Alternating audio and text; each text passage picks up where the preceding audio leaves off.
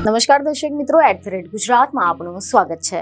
ગુજરાતમાં સ્થાનિક સ્વરાજ્યની ચૂંટણીનો જંગ બરાબરનો જામી રહ્યો છે અને આવામાં સ્થાનિક સ્વરાજ્યની ચૂંટણીને લઈને કુતિયાણામાં મોટા ઉલટફેર તેમજ કંઈક નવા જૂની થવાના એંધાણ દેખાઈ રહ્યા છે।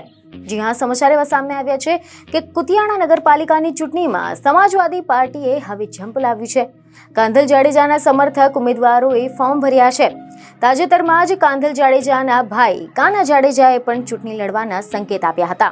જોકે છેલ્લા એક દાયકાથી કુતિયાણા નગરપાલિકામાં ભાજપનો દબદબો રહ્યો છે, જ્યારે એક દાયકાથી કુતિયાણા વિધાનસભા બેઠક પર કાંધલ જાડેજાનો દબદબો યથાવત જોવા મળી રહ્યો છે।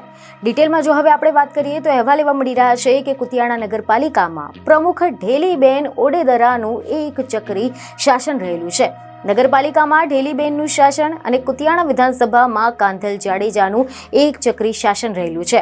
ઢેલીબેન ભાજપમાંથી નગરપાલિકાના પ્રમુખ બન્યા છે, જ્યારે કાંધલ જાડેજા એ સમાજવાદી પાર્ટી અને પહેલા એનસીપીમાં ધારાસભ્ય રહ્યા હતા।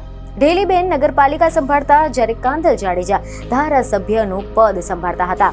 વર્ષ 2022માં ઢેલીબેન વિધાનસભાની ચૂંટણીમાં ભાજપમાંથી કાંધલ જાડેજાની સામે લડ્યા હતા, પરંતુ ઢેલીબેનને ચૂંટણીમાં હાર થઈ હતી અને હવે કાંધલ જાડેજાના પરિવાર પણ નગરપાલિકાની ચૂંટણીમાં ઢેલીબેનની સામે મેદાને ઉતર્યો છે। સમાચાર એવા મળી રહ્યા છે કે કુતિયાણા નગરપાલિકાની ચૂંટણીમાં સ્વર્ગવાસીય સંતોકબેન જાડેજાના સૌથી નાના પુત્ર અને કાંધલ જાડેજાના નાના ભાઈ એટલે કે કાના જાડેજાએ કુતિયાણા નગરપાલિકાની ચૂંટણીમાં જંગમાં જંપ લાવ્યું છે, તેમજ વોર્ડ નંબર 6 માટે 24 ઉમેદવારોની સાથે ઉમેદવારી નોંધાવી છે।